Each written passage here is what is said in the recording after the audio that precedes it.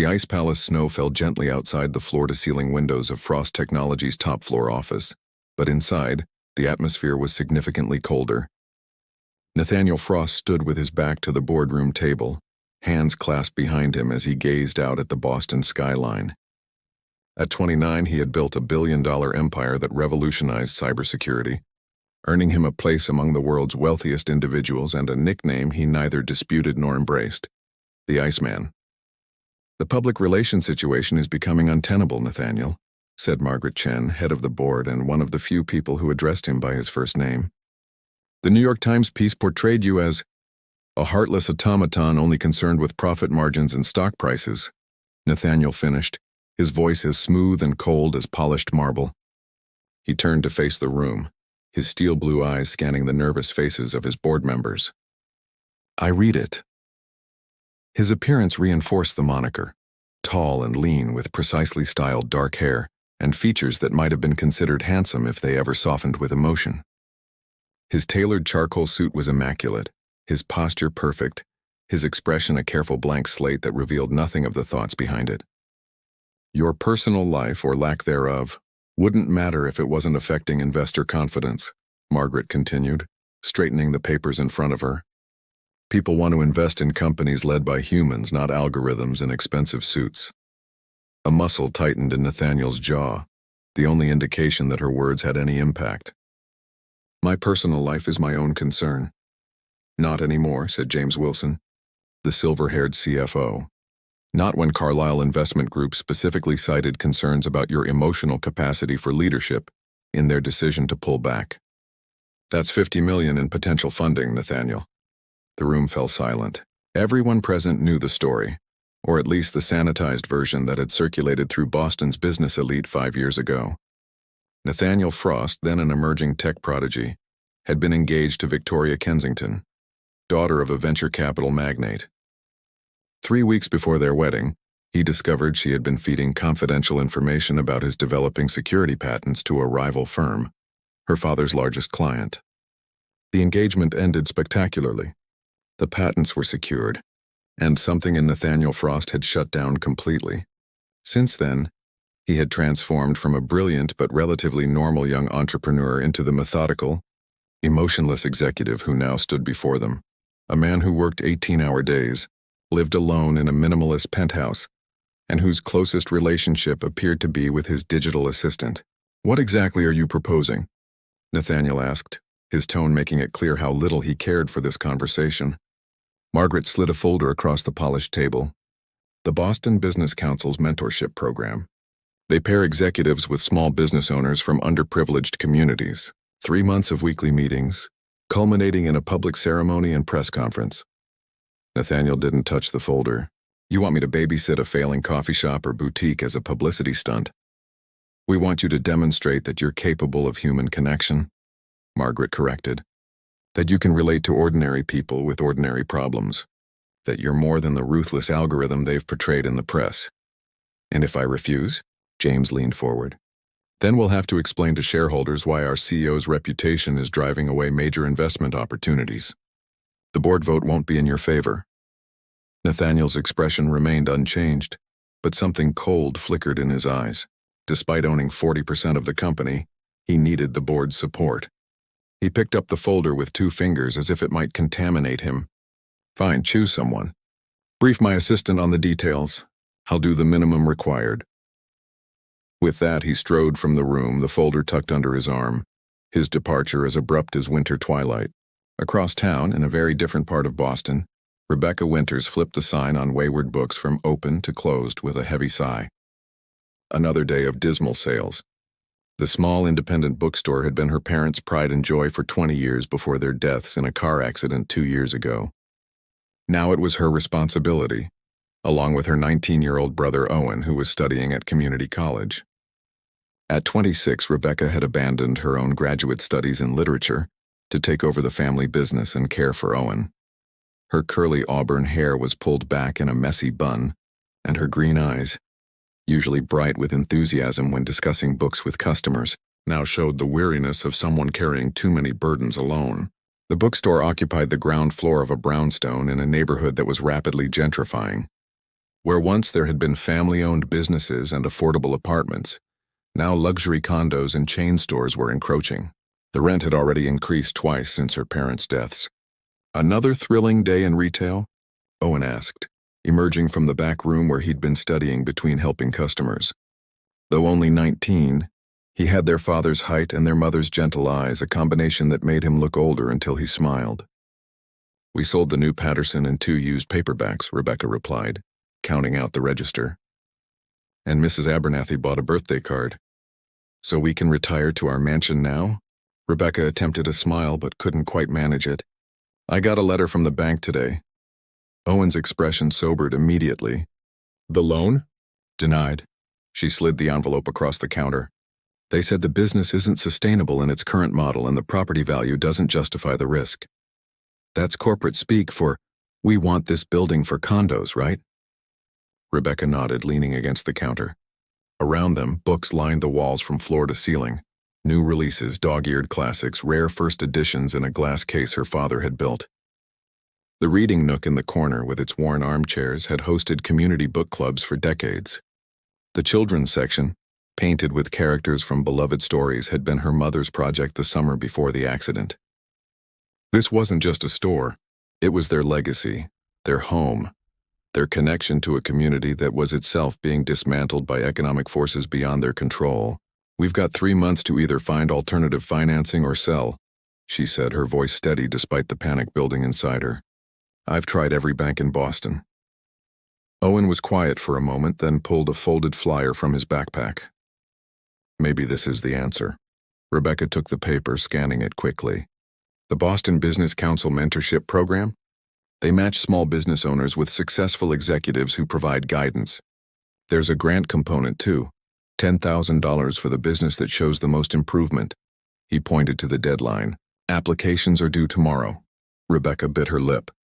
The idea of asking for help didn't come easily to her. Since her parents' death, she had managed everything alone. The store, Owen's education, their small apartment upstairs.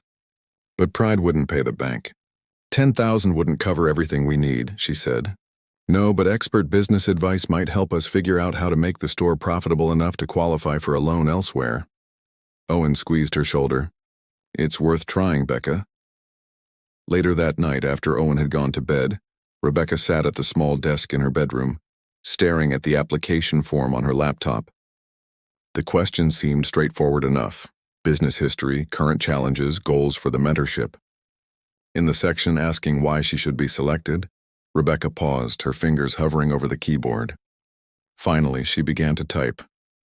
"Wayward Books isn't just a business. It's the heart of a community that's increasingly losing its identity to development and chain stores. For 20 years, it's been a place where children discover the magic of reading, where elderly neighbors find companionship in book clubs, where local authors find their first audience. I'm not just trying to save a bookstore. I'm fighting to preserve a space where people connect through stories. I don't need a mentor who will tell me to cut costs and maximize profits at any cost. I need someone who can help me adapt this legacy to a changing world while keeping its soul intact." She hit submit before she could second-guess herself, then closed her laptop and moved to the window. Outside, the city lights twinkled against the night sky. Somewhere out there was a person who might hold the key to saving everything she loved, or who might confirm her growing fear that places like Wayward Books had no place in the modern economy. Rebecca had no way of knowing that across town. In a sterile penthouse with a view of the same stars, Nathaniel Frost was reviewing her application on his tablet, selected from dozens of others by his assistant because, as the note read, book businesses align with your personal reading habits. Minimal interaction required. Owner seems focused on business rather than publicity opportunities. His finger hovered over the screen for a moment before he approved the match. Unaware that his carefully constructed isolation was about to face its greatest challenge, from a determined bookseller with fire in her eyes and an unshakable belief in happy endings. First cracks. The Frost Technologies Tower loomed like an icicle against the Boston skyline as Rebecca approached for her first mentorship meeting. Her worn messenger bag felt out of place among the sleek professionals entering the building. "Mr. Frost will see you now," announced his assistant with mechanical efficiency, leading her into an office larger than her entire bookstore. Nathaniel Frost stood with his back to her, silhouetted against floor-to-ceiling windows. When he turned, his cold blue eyes assessed her as if scanning a balance sheet for inefficiencies. "Miss Winters, let's make this brief. Your bookstore is failing because physical retail is dying. My recommendation is to liquidate, transition to online sales, and cut your losses." Rebecca blinked, stunned by his brutal assessment without even a greeting.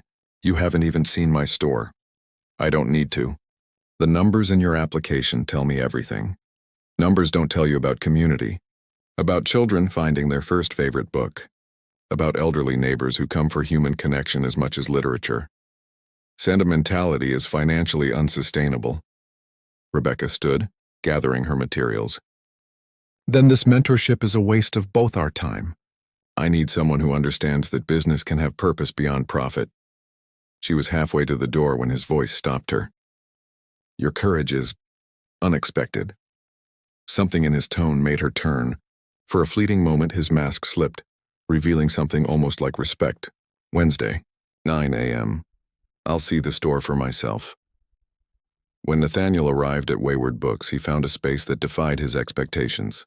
Despite its financial struggles, the store hummed with life. An elderly man read to a group of children in a corner nook. College students worked amid stacks of books, and Rebecca moved through it all with genuine passion, knowing customers by name and book preferences. "Your brother mentioned he's studying engineering," Nathaniel remarked, spotting Owen organizing a display. "He works here between classes. Our parents would have wanted him to finish college." Something in Nathaniel's expression shifted at the mention of her parents. "They died 2 years ago," Rebecca explained. "Car accident. And you gave up your own studies to take over. Some things matter more than personal ambition." Nathaniel said nothing, but for the first time he truly looked at her, not as a failing business owner, but as someone who had faced loss without becoming cold. Part 3. The Thaw. Nathaniel's visits became weekly fixtures, then twice weekly.